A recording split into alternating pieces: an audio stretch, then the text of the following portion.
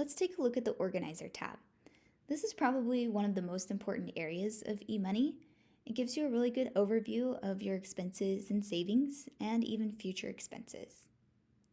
There's several tabs underneath the organizer. I'll go through each one. The first one here is your family overview. We have Frank and Joanna Miller. They've listed their children and the property that they own. The next tab is the Accounts tab. I've done a previous video on how to link your account into eMoney. Anything like a 401k or another brokerage account would be in here. If you've linked your accounts already, that should populate in here. It's just a list view. Let's go back to the organizer. The next tab is Professional Contacts. This is a great place to keep information for professional contacts such as a real estate agent or a CPA. You just manually enter their information in here.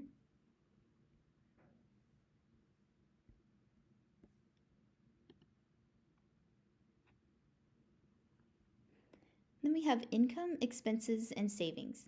Now this will take the longest to fill out, but it's well worth it to have accurate information. And when something does change, it's great to come into eMoney and update that info. You can select Income here. It's highly customizable, so if it's a salary, bonus, deferred compensation, you can select that. We'll say that it's Frank that has a bonus.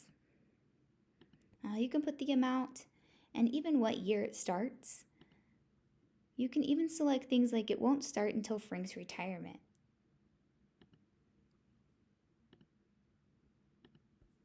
Underneath there is annual living expenses. There's two ways to enter this in. So you can just place your total expenses here and then how much of that is fixed or essential. Or you can actually go in and itemize everything. So different categories would be car or gasoline, however you would like to do.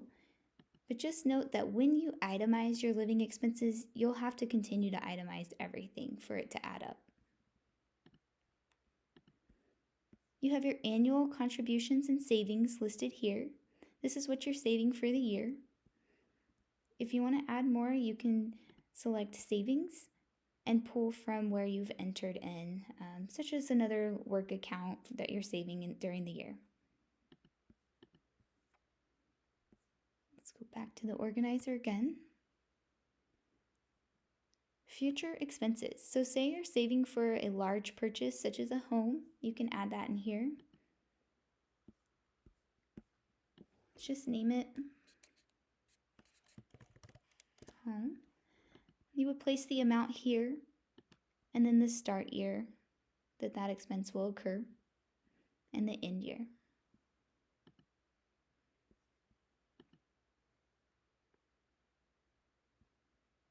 Financial priorities. Well, let's take a look at Frank's priorities. He doesn't have any, so we should definitely ask him, what are your priorities? Frank, that's retirement planning. Managing a budget. So it's highly customizable. It's up to you. You can even enter one that's on your mind up here and select add. Done. That gives us a really good idea of what's important to you, and you can drag and drop, kind of ranking them in importance to you.